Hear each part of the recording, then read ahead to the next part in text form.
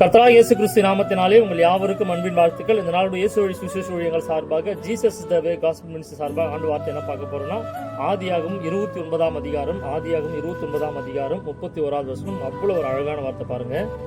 லேயால் அற்பமா எண்ணப்பட்டாள் என்று கர்த்தர் கண்டு அவள் கர்ப்பம் தரிக்கும்படி செய்தார். லேயால் அற்பமா எண்ணப்பட்டால், என்ன காரியத்தில் அற்பமா எண்ணப்பட்டால்? ஸோ இந்த வீடியோ பார்க்குற ஆண்டோட பிள்ளைகளுக்கு சரி, ஆண்டு அறியாத பிள்ளைகளுக்கு சரி, இன்னைக்கு அழகான வார்த்தை ஆண்டு நம்மளை பார்த்து சொல்றாரு.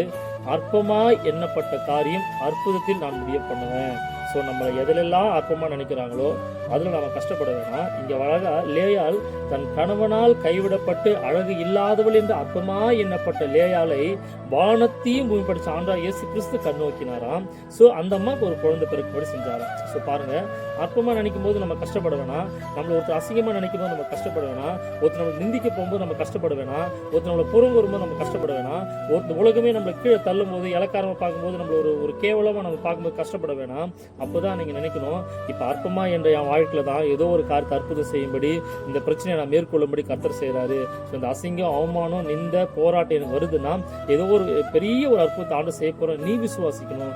என்னங்க லேயால் அந்த அம்மா விசுவாசிச்சாங்க, அந்த சகோதரி விசுவாசிச்சாங்க. நான் அற்பமா என்ன பாக்குறீங்களா? இந்த உலகமே நான் அற்பமா குழந்தைன்னு பார்க்கலாம். ஆனா ஒரு நாள் எனக்கு ஆண்டு முன்குறிச்சு வச்சிருக்காரு. இந்த அற்பமாய் பார்த்து எல்லா கண்களும் ஆச்சரியப்படுற அளவுக்கு எனக்கு நல்ல ஒரு மகனை, ஒரு நல்ல ஒரு குழந்தை தரப்போறான்னு சொல்லிட்டு விசுவாசிச்சாங்க. ஸோ அற்பமா என்னப்பட்ட லேயாலை கர்த்தர் கண்ணோக்கி அற்புதமான காரியத்தை செய்தார். ஸோ நம்ம ஒரு வேலைக்கு போகிறோம். ஸோ வேலைக்கு போனால் முக்கியமானது படிப்பு வேணும், அறிவு வேணும். ஸோ ஒரு உலக பிரகாரம் ஒரு வாழ்க்கைக்கு வாழ போகிறோம். ஏதோ ஒரு விஷயத்துக்கு ஏதோ ஒரு போகிறோன்னா நம்மகிட்ட முதல்ல எதிர்பார்க்கறது அழகு, அறிவு, படிப்பு, ஞானம், பர்ஃபெக்ட் பர்சனாலிட்டி எல்லாம் எதிர்பார்ப்பாங்க. இது எதுவுமே இல்லைன்னா ஜீரோ வரணும்னா தூக்கி குப்பையில் போட்டுருவாங்க. பட் எனக்கு ஒருத்தர் தெரியும், அவர் நல்லவர், ரொம்ப ரொம்ப நல்லவர்.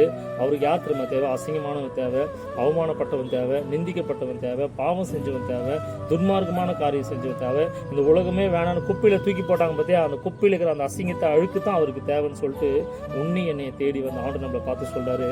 என்ன காலத்தில் உன்னை யார் அற்பமாக நினைச்சாலும், இந்த வேலைக்கு நீ ரிஜெக்ட் இல்லை, இந்த ஊழி செய்ய ரிஜெக்ட், ஸோ இதை செய்யறதுக்கு நீ தகுதி இல்லைன்னு சொல்லிட்டு உன்னை தூக்கி போட்டா நீ கவலைப்படாத.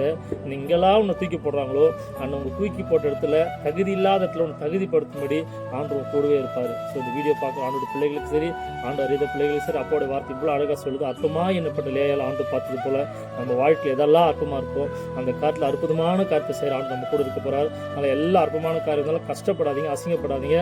இதில் விடுதலை தந்து வாழ வச்சு உங்களுக்கு நன்மையான காரியத்தை செய்து அதிசயமான இடத்துல ஆண்டவர் இயேசு கிறிஸ்து நம்மோடு கூட இருக்கிறார். இந்த உயிருள்ள வார்த்தையின்படி நம்மையும் நம் குடும்பங்களையும் அற்பமா எண்ணப்பட்டவர்களே அதிசயமா நடத்துகிற தகப்பன், அதிசயமா நடத்துவர் விசுவாசிப்போம். கர்த்தர் உயிருள்ள வார்த்தையை ஆசீர்வதிப்பாராக. ஆமென்.